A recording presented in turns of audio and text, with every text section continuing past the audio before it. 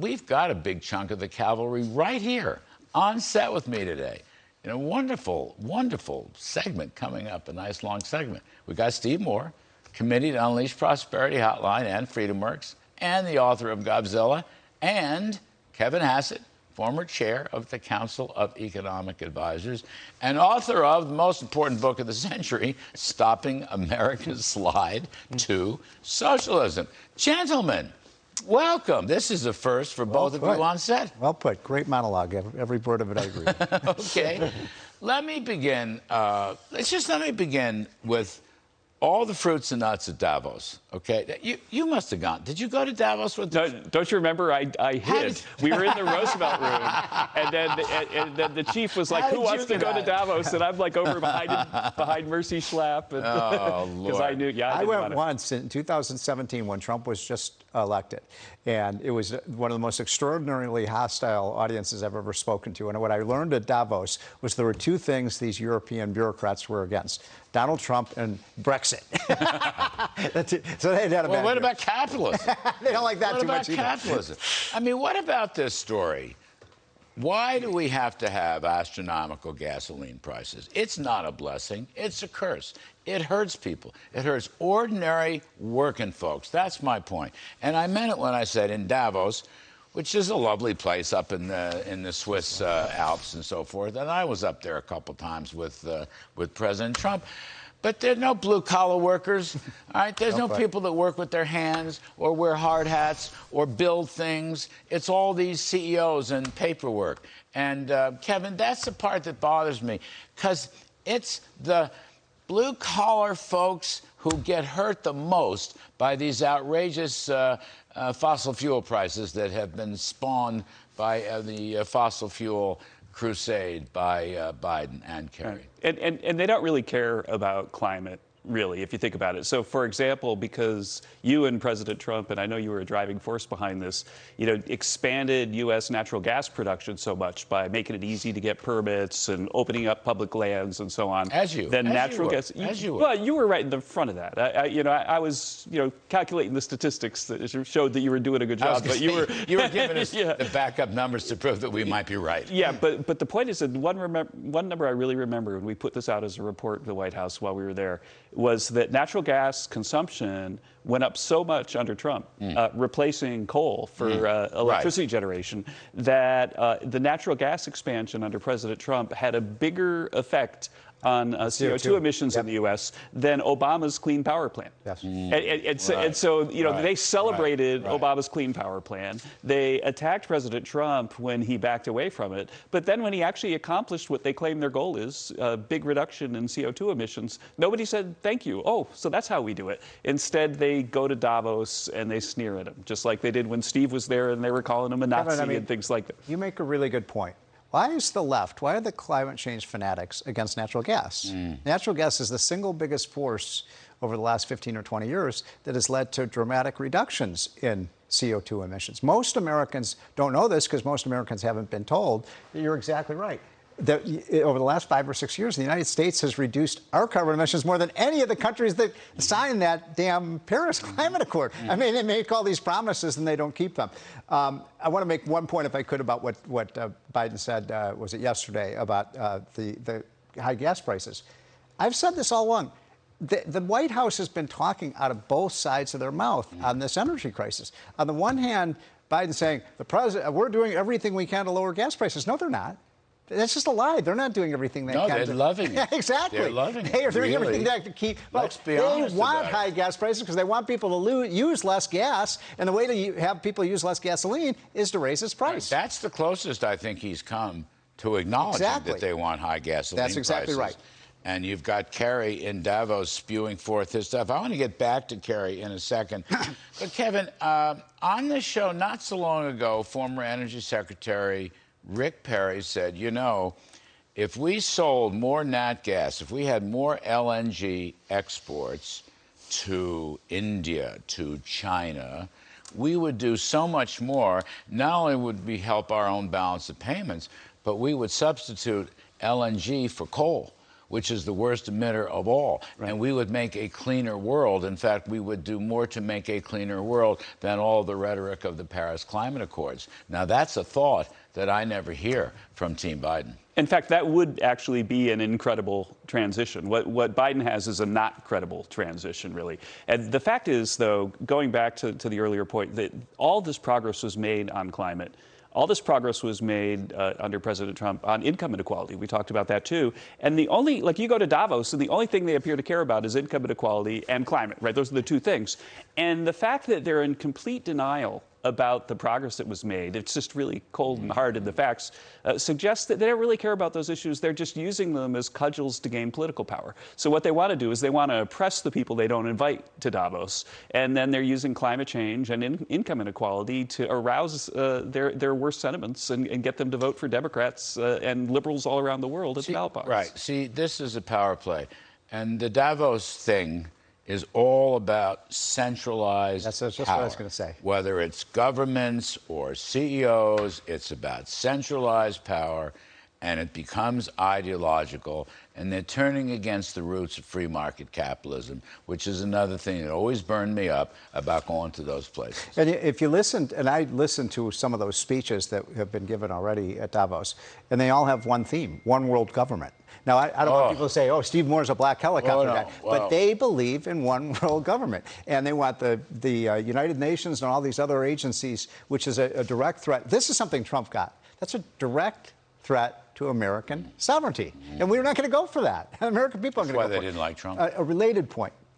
It's also a war against the car.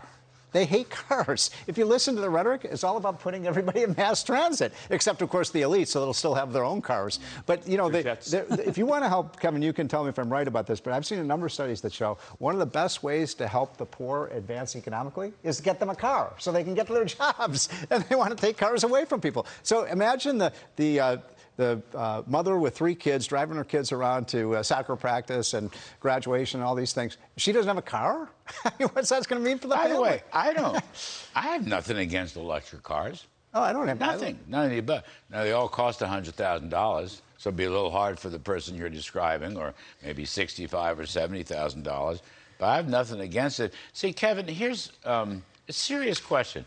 We used to talk about all the above. So we'd have side by side fossil fuels and renewables, and we would try to advance the technology as best we can. And nuclear, right, for sure. Now we've lost that. Now, my question is, if you succeeded in abolishing fossil fuels in the next 20 minutes, which is what John Kerry wants, what exactly is going to replace it? What is the replacement plan? Right, they don't have a replacement plan, and to actually put it in perspective, this is some work Casey Mulligan and I did before the election, that if everybody has an electric car, then instead of getting stuff from gasoline, you're getting miles from electricity. And electricity generation in the U.S. has to go up if we just move everything from the kind of car you and I have. So that it basically moves it up by 25%. And so we have to increase power generation by 25%. If we move everybody to electric car. If you phase fossil fuels out at the same time, well, fossil fuels right now produce about 70% of the electricity in the U.S. Oh, right. And so you're basically rebooting the entire grid. It's 95% of the grid if we do it, and there's just no way to do it. So why don't they get that, or why don't they acknowledge that? Because it's not about, I mean, you said it very well, it's not about climate change, it's about control of the economy.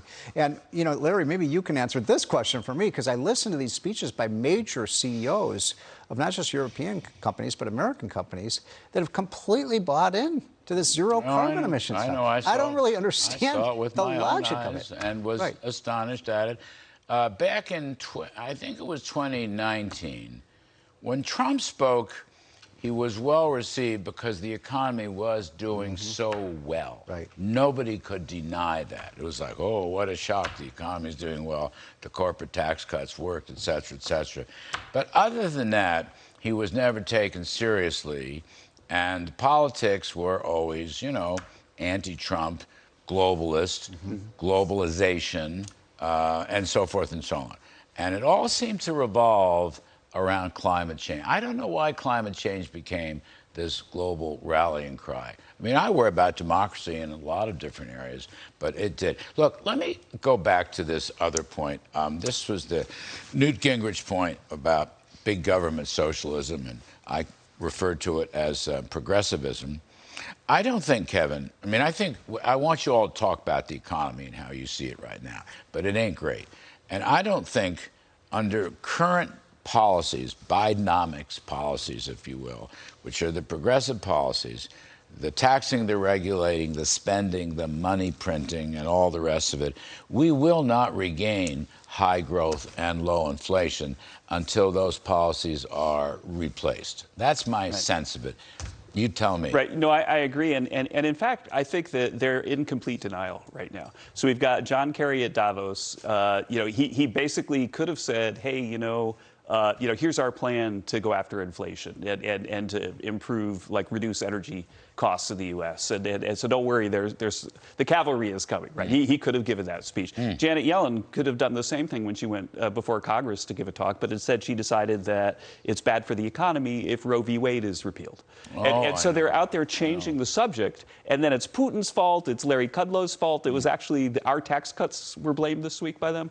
And the fact is, it shows that they don't have a clue. And so Paul Krugman blamed the Laffer curve. Yeah, no, yeah. That was one of the lowest. But Bidenomics, the one thing I just want to say, though, is that Bidenomics is the denial that incentives matter.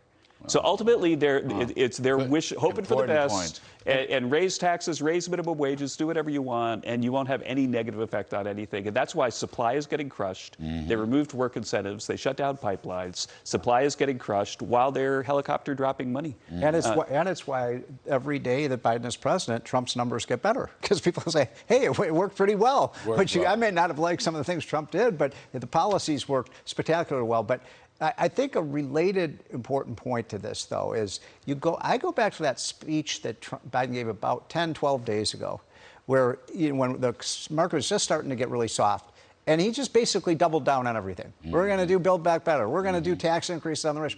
And the market has been in a funk ever since, because there was no sense that this president is going to get off of these liberal progressive policies the way Bill Clinton did. No reset. There's no reset. To what's your point? I'm just trying to think, Kevin, it's a very good point. The only incentive I can think of is the incentive of high gasoline prices. But other than that, they don't buy tax incentives, right? We never hear that. I don't hear, that's a really important point. Markets don't work. They think of price gouging as price the gouging answer, is their big line, and right. they're going to have FTC interference, and everything's a monopoly or an oligopoly. So how do we get out of this fix? I mean, there's no confidence. That's for sure. They don't look at the stock market, but the stock market is telling you there's no confidence. The stock market is telling us that your recession forecast or your recession worries are well justified. The stock market's also telling us inflation's a problem and the Fed's going to have to fix it. So let's just spend a moment. Where do we go on the economy? Well, I think that what would normally happen is that America's voters are very rational. And they're very sensible. And when they see somebody failing as bad as Joe Biden and the Democrats are failing, then they tend to adjust. But the fact is that even if the Republicans, sweep Congress, they get the House and the Senate, then a Bill Clinton or even a Barack Obama might have sort of sat down with Republicans and said, geez, the economy is really terrible. Let's work something out to try to turn it around, especially if it's someone who's running for re-election and they want to have a strong economy when they're running for re-election, right? But I think that what we've seen from the Biden administration is such a lack of imagination, such a lack of sentience, that there's just no chance, I think, and the markets will expect that they'll ever work with the Republicans, even if Republicans capture Congress. So Republicans can stop some of the regulations and so on with congressional review, but for the most part, we're looking at a good long slog before things start to get fixed, because I don't think that Biden is going to run towards the middle and work with Republicans if Republicans capture Congress. You've said, I think you close every show by saying the cavalry is coming. Yes. And the cavalry is coming. The Republicans are going to win a monster election in November. But my question is, are they going to get here in time before they really wreck this economy? The other thing... And are they going to say the right thing? Can I just raise that point? I don't mean to be too mischievous. Yeah. Republicans ain't perfect. That's just where I was going with this. All right, I please see do. these big spending bills that are coming out of Congress. You know, the little indicator was that $40 billion aid relief, and my good friend and your good friend Rand Paul said, hey, let's pay for this. Let's find $40 billion of savings somewhere else. And we couldn't even get Republicans to vote for that. So, sorry, folks, but I'm not so sure the Republicans are going to be necessarily the salvation, but they certainly will be an improvement. There's a $350 billion help China bill, compete with China bill. First of all, it's an outrage in my opinion. Second of all, 18 or 20 Republicans voted for it. Third of all, Kevin, the word pay for is not in the vocabulary anymore. Right. Well, what needs to happen is that we need to get like the Bob Rubins, the Larry Summers, the people that historically Bring them in. have actually recognized that incentives matter and bring them in and work with them to try to But fix they this. won't do that. They hate Larry Summers. If they get slaughtered bad enough, then maybe they will. And I mean, there's a lot of talent on their side, on their team, that's had some success in the past. And so one would think that there's a chance maybe that we could work with them. But my guess is it's not going to happen because you see how committed to these weird ideological fetishes. In fact, the Democrats in these primaries, they're actually rushing out of the party any of their moderate faction. I mean, I don't know if you've noticed in these primaries, but you're getting these AOC types that are running against the few moderates that are left in the Democratic Party, and they're beating them in the primaries. So this party has moved extraordinarily left. One last quick one. Yeah. I'm trying to recruit both of you, at least to the principle of a pro-growth balanced budget. The principle, okay, which would include making the Trump tax reforms permanent, the deregulation, the energy independence, the limiting of spending, the making of tough choices on the spending side.